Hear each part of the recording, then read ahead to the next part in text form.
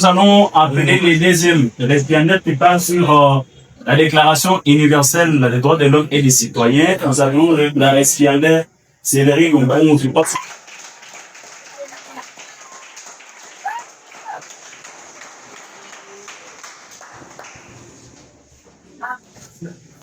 Imaginez un monde où certaines personnes n'auraient pas le droit de s'exprimer librement, d'aller à l'école ou encore d'être traitées avec dignité. C'est en but de protéger la dignité de l'homme que l'Organisation des Nations Unies a eu à adopter la Déclaration universelle des droits de l'homme en date du 10 décembre 1948. Très honorable membre de l'administration, chers enseignants, chers camarades, je réponds au nom de Dambalou Boubou Séverine, apprenant de la 3e humanité littéraire ou poésie. Je viens de CEPA pour vous parler de la DUDH qui dit la Déclaration universelle des droits de l'homme. Bien avant de plonger dans notre époque contemporaine, je vous invite à faire un pas en arrière, au cœur du XXe siècle, marqué par de grandes tragédies, mais aussi par de grandes importances sur la liberté et la dignité de l'homme. La Déclaration universelle des droits de l'homme est un texte fondamental qui affirme que tous avons le droit d'être égaux en dignité et en droit. Étant créé après la Seconde Guerre mondiale, afin d'éviter que les injustices et violations qui règnent sur l'humanité ne se reproduisent, d'où je citerai certaines causes comme le bombardement et les massacres des civils, les persécutions de juifs et autres à cause de leur religion, l'esclavagisme et le travail forcé, la discrimination et l'inégalité. Les nobles vivaient dans les privilèges alors que le routier était réduit au rang de chien. Pendant le règne de Louis XIV au XXe siècle, l'humanité était réduite en néant. Comment cela? Je l'explique tout de suite. L'homme ne pouvait être traité avec dignité. Il se faisait mépriser par le rang social qu'il occupait. La femme discriminée par son sexe a été vendue, je m'excuse. Et aussi, le sang pouvait travailler sans être rémunéré bien. Qui dit, je peux travailler et je sacrifie mon corps ainsi que mon âme, mais le revenu qui me doit ne peut être égal. Et alors, par soif des changements et des libérations, le principal principe furent le droit à la liberté et à l'égalité. Je ne peux pas être considérée comme une chienne parce que je n'occupe pas les rangs de noble. J'ai le droit de vivre, j'ai le droit d'être protégée, j'ai le droit d'avoir droit à l'éducation, non pas parce que je suis noble, mais aussi parce que je suis humaine. Les gens en avaient marre d'être traités différemment de nobles. Et c'est pour ça qu'ils ont crié justice. Justice parce qu'ils sont aussi humains. Justice parce qu'ils méritent aussi d'être valorisés. Le rang n'est pas une raison pour laquelle est-ce qu'un humain peut être, je peux dire, massacré, d'être minimisé. Mais non. Ils ont crié qu'ils avaient droit à la sécurité, la liberté d'expression et de pensée. Pendant les règnes de Louis XIV, le routier n'avait pas le droit de dire « j'en ai marre d'être traité comme un chat ». Le routier ne pouvait dire non, c'est l'injustice. Le routier n'avait pas droit à dire ce qu'il pensait, à s'exprimer librement, par peur de perdre sa vie. Ils avaient aussi droit à l'éducation malgré leur rang social. Le droit au travail, des conditions de vie dignes. Je ne peux pas travailler corps et âme pour avoir un salaire minime. Je ne peux pas dépouiller toute la force de mon corps pour être traité et réduit au néant. L'interdiction de l'esclavagisme et la torture. Comment se fait-il qu'un humain peut être réduit au rang d'un esclave? Non, ce n'est pas possible. C'est de l'humanité. Et cela était interdit. Ils en avaient marre et ils criaient justice. Justice parce que je suis né comme tu es né. Justice parce que je suis humain comme tu es humain. Le rang social ne peut négliger une personne.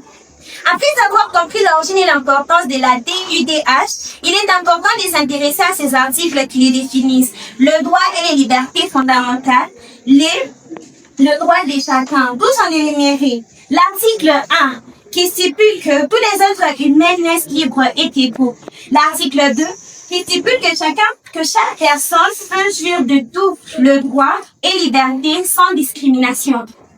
Qui dit, toi noble, moi routier, toi président, moi population, toi roi et moi esclave, nous sommes tous égaux. Autant que tu jouis de la vie, je peux jouir de la vie. Il n'est pas parce que toi tu ne souffres pas que tu dois me faire infliger moi une souffrance, car nous sommes tous humains et l'humanité passe avant n'importe quelle richesse. L'article 3, qui dit que tous avons droit à la vie et à la sécurité. C'est pas parce que tu es riche que ma vie dépend de toi. Non. Ce n'est pas parce que tu as l'argent que mon insécurité en moi doit commencer à te faire plaisir toi. Non. L'article 26 qui dit que tous avons droit à l'éducation. L'éducation est la base fondamentale de la société. Il n'est pas dit que parce que je suis née clergère ou parce que je suis née esclave que je n'ai pas droit à l'éducation. Non. Au cœur du XXe siècle, la population s'est levée pour crier que non, tous avons droit à l'éducation. Nous avons droit à avoir cette portion afin d'être importants ou importantes dans la société.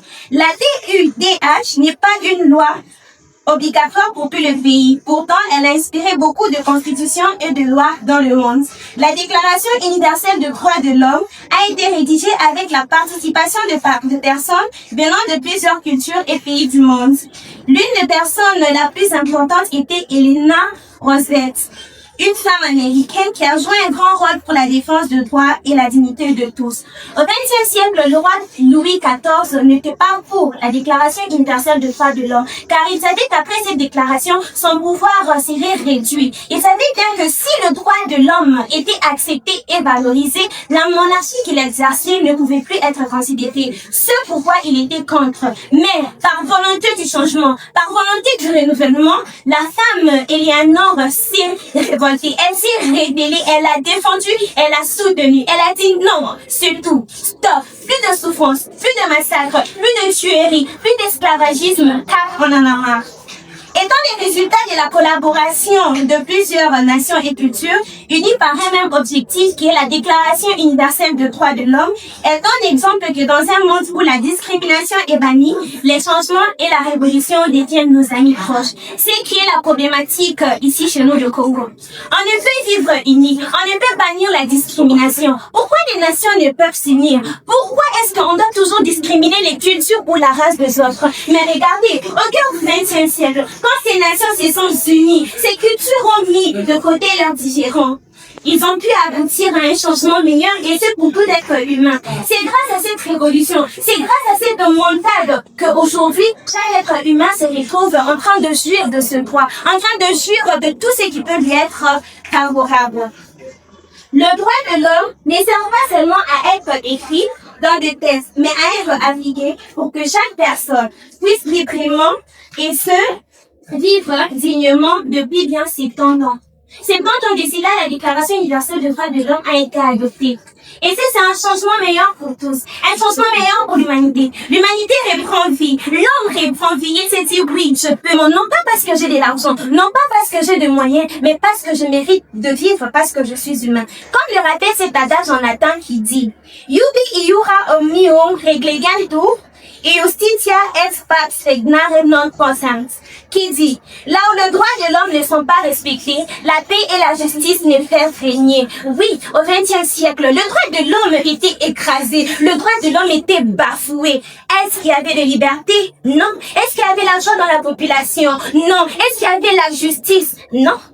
Et, pour finir, je dirais, Nelson Mandela l'a dit un jour, refuser aux gens leurs droits humains, c'est remettre en question leur humanité. Ainsi, je conclurai en disant, il y a un monde meilleur qui nous attend, un monde où toutes les nations et les cultures danseront autour d'un feu, le jour où le racisme sera exclu, le jour où le riche et les pauvres ne seront qu'un. Ce jour arrivera, ce monde est à venir. Ainsi, je dis, je vous remercie.